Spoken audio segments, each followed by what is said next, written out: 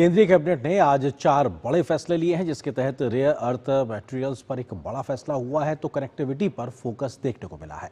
मोदी सरकार ने कैबिनेट की बैठक में रेयर अर्थ परमानेंट मैग्नेट विनिर्माण स्कीम को मंजूरी दी है तो पुणे मेट्रो के विस्तार के लिए 2 लाइन को अनुमति दी है। साथ ही साथ गुजरात और महाराष्ट्र से जुड़ी रेल परियोजनाओं को भी आज मोदी सरकार की अनुमति मिली है। मोदी सरकार ने देश के विकास को गति देने के लिए कैबिनेट में 4 अहम फैसले किए हैं। केंद्रीय कैबिनेट ने बुधवार को 7,280 करोड़ रुपए की रेयर अर्थ परमानेंट मैग्नेट की मैन्युफैक्चरिंग को बढ़ावा देने की योजना को मंजूरी दी।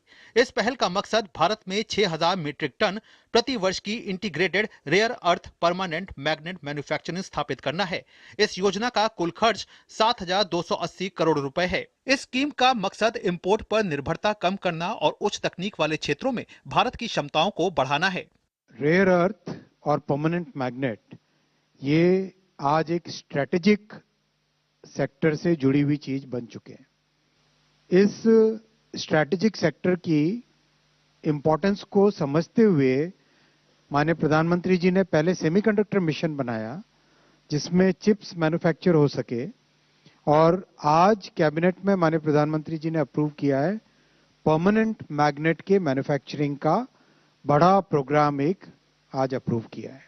एक अन्य अहम फैसले में पुणे के पब्लिक ट्रांसपोर्ट नेटवर्क में एक और बड़ी बढ़त मिली है। पुणे में मेट्रो रेल प्रोजेक्ट के फेज 2 के तहत लाइन 4 खरडी हडपसर खड़कवासला और लाइन 4A नल स्टॉप वारजे मानिकबाग को मंजूरी दे दी गई है।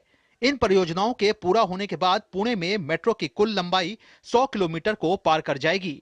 पुणे के मेट्रो नेटवर्क को स्ट्रेंथन करने का, एक्सपैंड करने का लगातार डिसीजन लिया जा रहा है।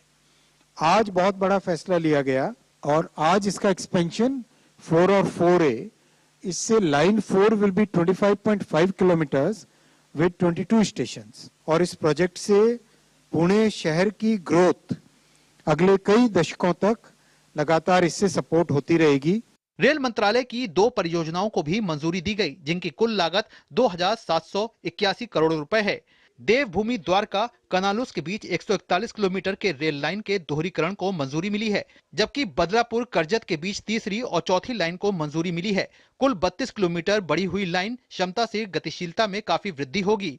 महाराष्ट्र और गुजरात राज्यों के 4 जिलों को कवर करने वाले ये 2 प्रोजेक्ट्स रेलवे के मौजूदा नेटवर्क को लगभग 224 किलोमीटर तक बढ़ा देंगे।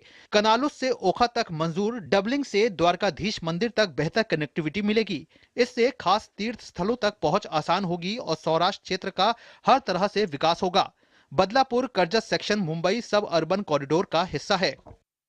बेसिकली अगर आप देखें अहमदाबाद राजकोट और राजकोट से द्वारका, ये one of the major arteries of Gujarat railway network है। राजकोट बहुत बड़ा इंडस्ट्रियल हब है। अहमदाबाद से लेकर राजकोट तक ऑलरेडी डबल लाइन है। राजकोट से कानालूस तक डबलिंग का काम चल रहा है अभी, और आज अप्रूवल हुआ है कानालूस से द्वारका जी तक का, ओखा तक का डबलिंग का प्रोजेक्ट। गौरतलब है कि भारत अब मेट्रो कोच के मामले में आत्मनिर्भर हो गया है। न्यूजीलैंड और ऑस्ट्रेलिया को मेट्रो कोच निर्यात के ऑर्डर भी मिले हैं।